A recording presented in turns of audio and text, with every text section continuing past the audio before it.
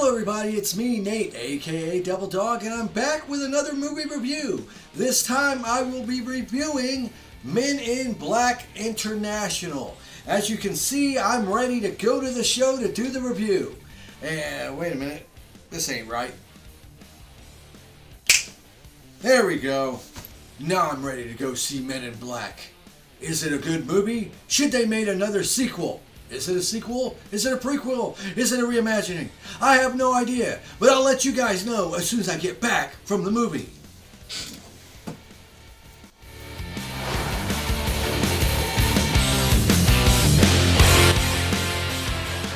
The movie review is rated R for retarded. In a world full of crime, corruption, and destruction, one man decides to review movies. This is Devil Dog at the movies. Alright, what do I think of Men in Black International? I actually liked it.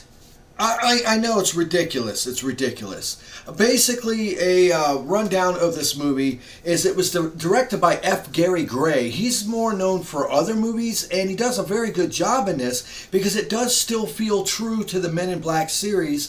Very close to like the original movie, in fact, with the sound effects and everything like that. The effects are fantastic in this movie. The plot is a throwaway plot. The plot is not the best damn plot.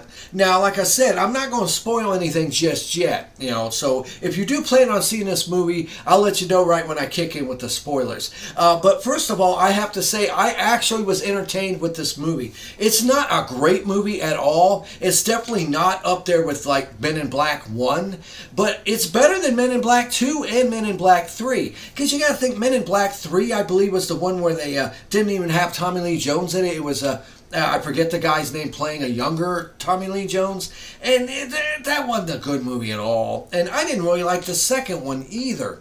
This one I liked better than the second and third one. It's not as good as the first, but the chemistry between Hemsworth and the new main character is fantastic. They play off of each other fantastically, and all the characters are really, really great. I think Lily Thompson's in it. I think that's her name. She plays the main head agent of the MIB, and it's got Liam Neeson in it. I think he's called Mr. Big T or something like that. He's like the main top guy in the London branch of the Men in Black. And come on, let's be honest, people. You sprinkle a little bit of Liam Neeson in anything, and it makes the movie better. I mean, yes, it does not have the star power of Tommy Lee Jones and Will Smith in it, but I don't really think that was a bad thing. I think the only thing that's not really the best about this movie is the overarching plot.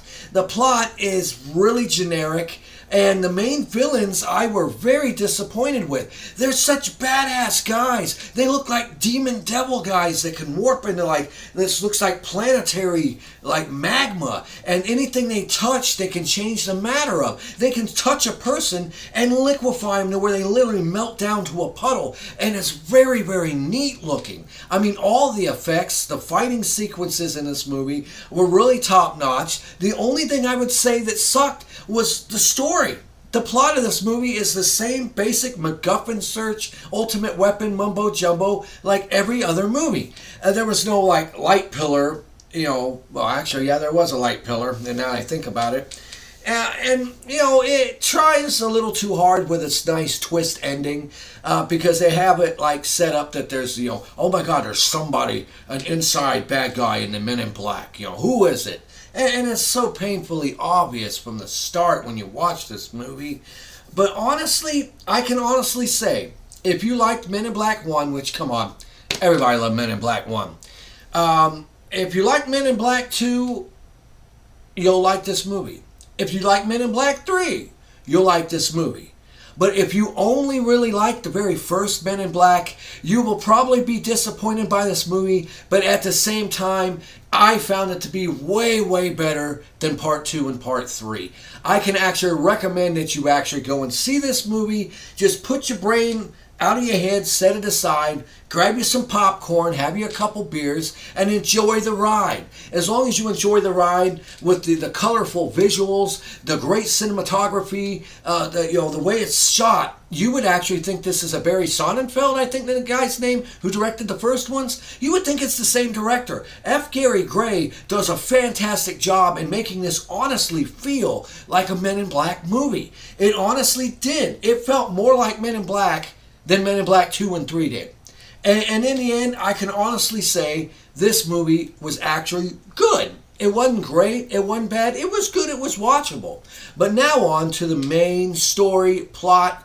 Spoilers here. Spoilers. After this point, if you watch this from this point on, I'm spoiling the movie for you. Now, basically, it starts off within the past. You have Chris Hemsworth's character and Liam Neeson's character working together, and they're at the top of the Eiffel Tower in London. And basically, they're stopping this alien threat known as the Hive. They never really show it, but it's like tentacle monster sort of thing. And they stop it and save the day. Then, and at the same time, this is at the point where they show the little girl version of Molly. And as she goes through the fact of seeing her parents get neuralized. Then it jumps 20 years in the future, where at this point Liam Neeson's character is the head of the branch in London of MIB, and Chris Hemsworth is there as well. And that's the part where she, Molly, pretty much, she's got a sucky day job of like customer support, of trying to fix people's computers and stuff. And basically, in her meantime, she's like tracking stuff because she's good at hacking. And she realizes, this meteorite's fallen, but it's like turning and stuff. So she tracks the location and takes a cab there and has the cabbie waiting for her. It's like, wait here, keep the meter running, I'll pay you the money. And she goes and she sees it's nothing. It's just like a cordoned off section of the town of New York underneath the bridge. Nothing's there until she sees these birds fly, and when they do, they disappear. And she said, what the hell? So she realizes to stick her hand through, and like I said, it's almost like a holographic sort of thing to make it appear like nothing's there. But when she sticks her face through, she can actually see all the Men in Black agents and the alien, and she's like, this is it. So she goes back, takes off her clothes, because underneath she's got her homemade Men in Black outfit on, and she's like, she waits for the cars to appear to come out, and she's like, cabbie, follow these cars. Which is kind of stupid, because the Men in Black, I'm sure they would go, there's a cab following us, neuralize them, but they don't do that, So she's able to track them back to the base, where she realizes, okay, this is it. He pays the cabbie. She goes in there, and this is the part where you see the Frank the pug. He's sitting with the old man, and she's like, hey, nice day. They caught that alien. And it's like, yeah, they were here 10 minutes before you. Oh, I know. Well, I'm going to go on in. You go ahead. She gets in the elevator, go down into the main base, and the pug's like, hey, you realize that was not an agent, right? It's like, yep. It's like code such and such, which alerts them. So as she's going down, she's looking at all these aliens and stuff. It red flags that she's not an agent. She's unwelcome there. And they pretty much arrest her, and they have her in a room. They're asking her questions and stuff, and she's telling her everything's the truth, And they get ready to neuralize her, and she's like, wait, think about it. You guys search for people to join you, right? Well, I found you. I'm intelligent. I'm feisty. I have all this knowledge. I think out of the box. You should hire me. And they're like, okay, fine. We got some stuff going down we need some help with. We're going to make you a, pretty much a probational agent, And, so they deck her out in the outfit, they give her guns and stuff. She's like, when am I going to get a neuralizer? So you're not going to get one of them until you're a real agent. But we're going to send you to London. So she takes a train to London, where she meets Chris Hemsworth. She meets pretty much Liam Neeson's character. And she learns while they're there that, basically, they're supposed to go out and party with this guy, this alien guy. And, they're like, hey, if you don't, his rest of his race will pretty much destroy the world. Just go out and have some drinks with him, have a good time. So they go to the bar, and this is where the first of the MacGuffins fall in order. Basically, the two enemies, aliens that you don't know what they are or where the hell they came from, that are really badass, but they never talk. There's no character development with them.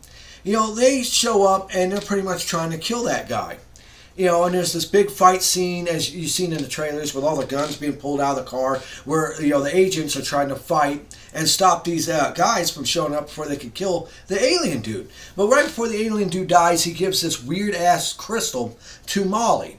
And, she's like, because... she's like, well, why are you giving it to me? You're friends with the Chris Hemsworth character. And he's like, well, he's changed. Because after they saved the world at the top of the tower, something was off about him, So, so they're like, the alien touches her arm and realizes, okay, I can trust you. Here, don't tell nobody about this. And he dies. So she keeps it to herself and not realizing that was the MacGuffin right there. That's the MacGuffin fucking ultimate weapon that those two guys are trying to get. And they're doing some cool stuff, like literally taking cars and stretching them to make shields and sticking their hands on the ground and making the ground like water, like a wave to knock you over. And it's actually very impressive. But there's no character development with these villains, which actually really sucks. So they go back to the base, after the guy dies, and the leader, Liam Neeson's like, hey, these guys want your head on a platter, basically. So what are you going to do? You got to track down these two bad guys and stop them to figure out why they killed this guy. And meanwhile, she's got the MacGuffin piece. She don't want to let nobody know about it. And as the story progresses on, you realize they find out that she has this, and you're like, well, I don't understand. We've got to figure out something about this. So they try to take it to someone they know, but the two guys had already showed up there before and they killed everybody. And that's where you come across these little guys known as pawns. They're like almost like a sweatshop building stuff. And Molly finds the one that's alive, the only one that survives. And they're like, oh look, she's your queen. Your one queen's dead. Well, she's kind of like a queen. She's in charge. So he's like, I solemnly give my oath that I will stay with you and protect you. So he teams up with them, and she calls him Pawnee for the rest of the movie. A little sidekick character, which is actually quite adorable, very well animated. And as they go along, they realize something as the movie progresses, and they keep running from not only that, but MIB actually now knows there's a actual, somebody within them that actually is bad. And they think it's Chris Hemsworth at first. So they're sending MIB to stop them. So both Chris and Molly pretty much are running from them, and they crash land out in the desert. And when they do that, the crystal gets stolen by an alien and taken back somewhere. And they got to go there to try to fight some more aliens to get it back. And, basically, you realize when it comes to the end of the movie that the two guys they end up killing, the liquid metal guy, they're not bad guys. They're apparently, they even say it's like, we're here to stop the bad guys by getting this weapon. Now, why they kill people is beyond me. I mean, no offense. If you're trying to save the world, why would you kill people? You try to help them out. Go, hey, we're here to help. But they're so evil looking, you kind of understand and think that they're bad. So they get liquefied. And then, Liam Neeson's like, congratulations, you're a full agent. We're going to take this and keep it under lock and key, make sure it's safe. And they're like, wait a minute, that ain't right. And it turns out Liam Neeson is the guy, the mole in MIB. That was a long time ago when him and Chris Hemsworth were actually fighting the Hive. They did not win. They lost. And pretty much he got brainwashed. And Liam Neeson neuralized Hemsworth's character and made him believe that they won and he was the hero. And it was basically to wait for the right time to get this super weapon so he could give it to the Hive so they could destroy all mankind and every other future and world and past and all that. And so basically the final fight is back at the very beginning of the movie where it was at the top of the Eiffel Tower, where that's big fight scene, and at the very end Molly's character is able to activate that weapon, shoot this wormhole that's opening up where the Hive characters are coming in, and destroy them and save the day. She gets promoted to a true complete agent and sent back to New York, and she decides to leave Chris Hemsworth's character, who gets promoted as well as the leader, to take over, his boss's job since he got killed in the final battle, with the little Pawnee character. And that's pretty much the whole movie in a nutshell. It is a good movie. It's very entertaining. The effects are top notch. The fight scenes are very well done. It felt to me like a true Men in Black sequel, a lot better than the second and third one. I can actually highly recommend it. The only thing I can say, like I said, is the plot is utter garbage. It's full of just really bad pacing issues. The plot is not well written. The main villains have no character. They only say like 2 or 3 lines in the whole movie. If they would add more character development on these 2 villains, it would have made for a lot better ending. The twist ending I saw coming a mile away. There's certain giveaways to it as you go through the movie. But if you just shut your brain off and go in to have a good time, and if you like the first Men in Black movie and you liked kind of the second and third, you're going to like this one too. It is better than 2 and 3. That's my personal opinion. And in the end, I can actually highly recommend you go out and check out Men in Black International. It's not that bad. I liked it. This was Nate, aka Devil Dog, and I want to thank each and every one of you for watching these videos. Please leave in the comments below if you plan on seeing Men in Black International. If you have, what you think about it. If you are going to pass on see it, make sure to hit that like button. Drop that like button. Hit that bell icon to stay updated whenever I release any new videos. And remember, I always end my videos by saying, have fun, play hard, and remember, people, the devil is in the details. Peace out.